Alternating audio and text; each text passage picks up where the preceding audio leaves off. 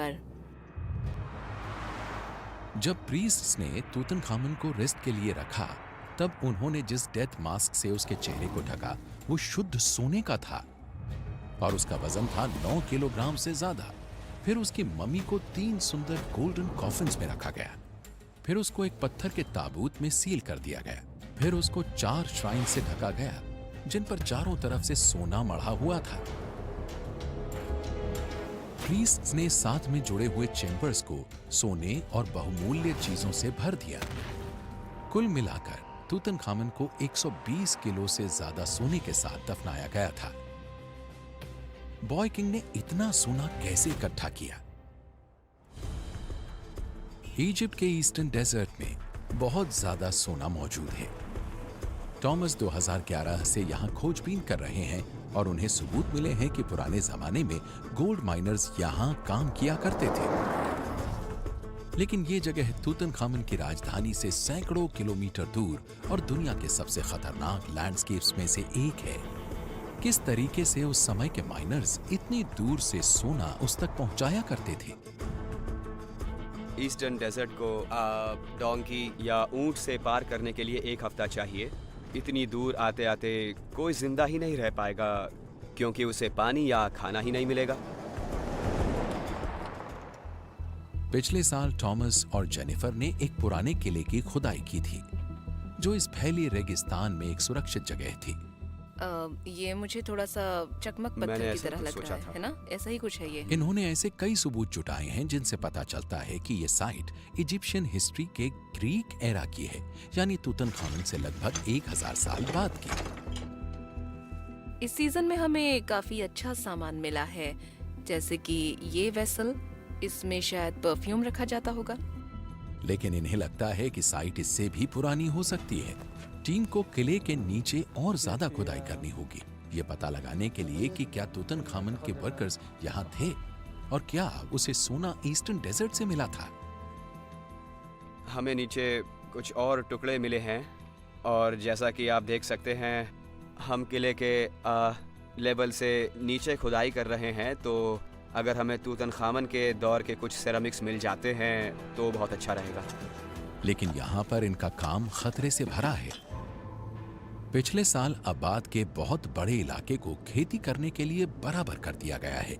जो भी यहाँ अवशेष थे या जो कुछ भी मौजूद था वो अब पूरी तरह से बर्बाद हो चुका है।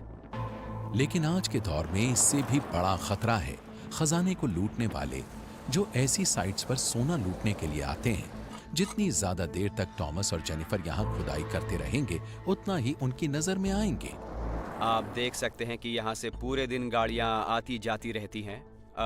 लोग सोचते हैं कि क्योंकि ये पुरानी साइट है इसलिए उन्हें यहाँ सोना मिल जाएगा। कारनाक या लग्जर में, इन पुराने टेम्पल्स में। इन्हें इस बात की जल्दी है कि लुटेरों या किसानों के सबूत नष्ट करने से पहले वो ये पता लगा लें कि क्या तूतनखामन को सोना ईस्टर्न डेजर्ट में मिला था। हम लगातार एक साइट से दूसरी साइट पर जा रहे हैं ताकि ज्यादा से ज्यादा डेटा इकट्ठा कर सकें इससे पहले कि सब बर्बाद हो जाए। यहाँ गबैल एल सिलसिला में कमाल कर दिया। मरिया और जॉन के साथ पुराने काम करने वाले इब्राहिम अब्दुल्ला मोहम्मद जाद को मंदिर के अवशेषों के नीचे कुछ मिला है। ओह वाह! हमें ये क्रोकोडाइल मिला है जिसे सोबेक कहा जाता है, लॉर्ड ऑफ खेने, लॉर्ड ऑफ द एंशिएंट सिलसिला। और ये मेरे हाथों में है। हाँ, वाह! कमाल का है। ये टूटा हुआ है, इसका सर नहीं है। पिछले कुछ सालों से हम जो भी जानने की कोशिश कर रहे हैं वो इससे साबित हो जाता है।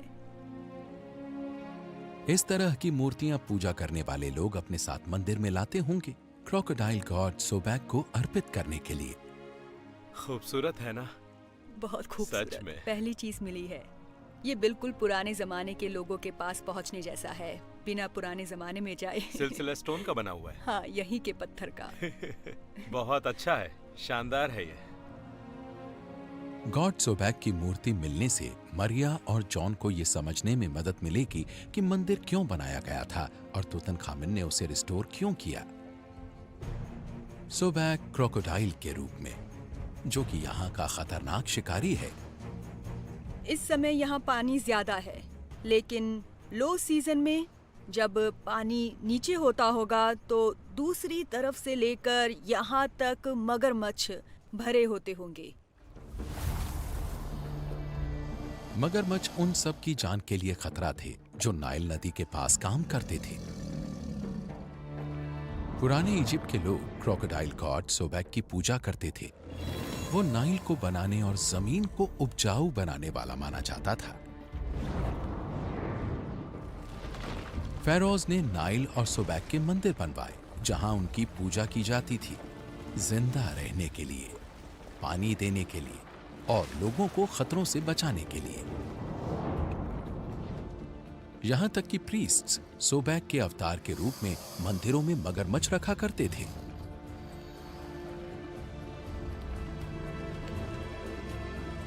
इसी वजह से तूतनखामन ने यहां पर सोबैक का मंदिर रिस्टोर किया होगा। यहाँ सिलसिला में तूतनखामन के खदानों में काम करने के लिए बहुत लोगों की जरूरत रही होगी, और किसी भी हाल में उन्हें सुरक्षित रखने के लिए तूतनखामन ने इस मंदिर का सहारा लिया होगा। उसने पूजा की होगी गॉड सोबैक की, उनसे शक्ति पाने के लिए, लोगों को ये दिखाने के लिए कि वही बचाएगा, और वो उनका ध्यान रख रहा है इन मुश्किल हालात में भी।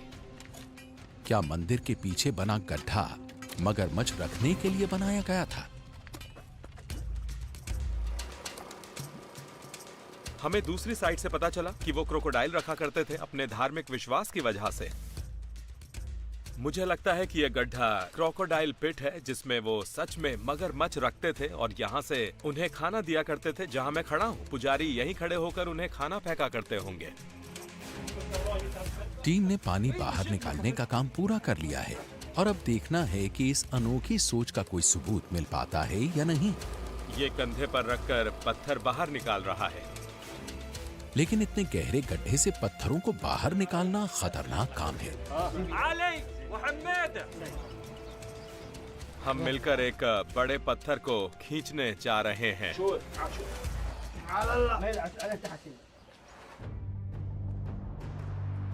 अब बात 2.25 लाख स्क्वायर किलोमीटर के इलाके में है, नाइल के किनारे तूतनखामन के महलों और पूर्व में सोने की खदानों के बीच। जेनिफर सबूत ढूंढ रही हैं कि तूतनखामन के गोल्ड वर्कर्स यहां रहा करते थे।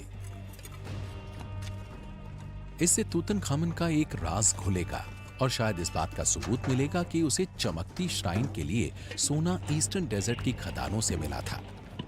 बहुत से लोगों की जिंदगी जुड़ी हुई थी इस जगह से।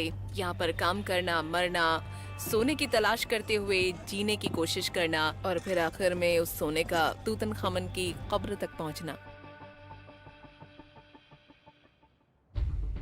ओके, सबूत यानी कि तूतनखामन के जमाने की मूर्तियां जो इस पुराने किले के खंडहरों के नीचे हो सकती हैं। साइट के 3D स्कैन से पता चलता है कि यह काम कितना बड़ा है। अब बात का किला 8000 स्क्वायर फीट में फैला हुआ है। इसमें 18 कमरे थे। यह बिल्कुल ऐसा है जैसे कि भूसे के ढेर में कोई सुई ढूंढना। तो सारा काम पूरा हो गया। लेकिन जब टीम किले से 2 फुट नीचे कमरों की खुदाई कर रही थी, तभी उन्हें कुछ मिला। आप देख सकते हैं कि बर्तन के इस टुकड़े पर थोड़ा सा कुछ लिखा हुआ है, करीब 3 अक्षर, और ये अक्षर डेमोटिक में है और डेमोटिक इजिप्ट के पुराने लोगों की लिखावट है। ये बहुत ही शानदार सबूत हमें मिला है। एंशिएंट इजिप्शियंस टूटे बर्तनों पर लिखते थे। क्योंकि पेपीरी बहुत महंगा था, आमतौर पर वो डेजर्ट में इसका इस्तेमाल नहीं करते थे ऑफिशियल लेटर्स को छोड़कर, इसलिए बर्तन के टुकड़े पर लिखना ज़्यादा आसान था। जब ये मिला तो ये लोग इसे कूड़े के ढेर में फेंक रहे थे, इसलिए बहुत अच्छा लग रहा है कि ये टेक्स्ट मिला। ये बर्तन का टुकड़ा इतना पुराना नहीं है कि जिसे तूतनखामन के दौर का कहा जाए, लेकिन ये इस बात का संकेत है कि टीम सही दिशा में काम कर रही है और अगर वो इसी तरह खुदाई करते रहे तो वो तूतनखामन के दौर के बर्तनों या दूसरे अवशेषों तक भी पहुंच सकते हैं। और ये सबूत भी मिल सकता है कि गोल्ड वर्कर्स अब बाद के किले से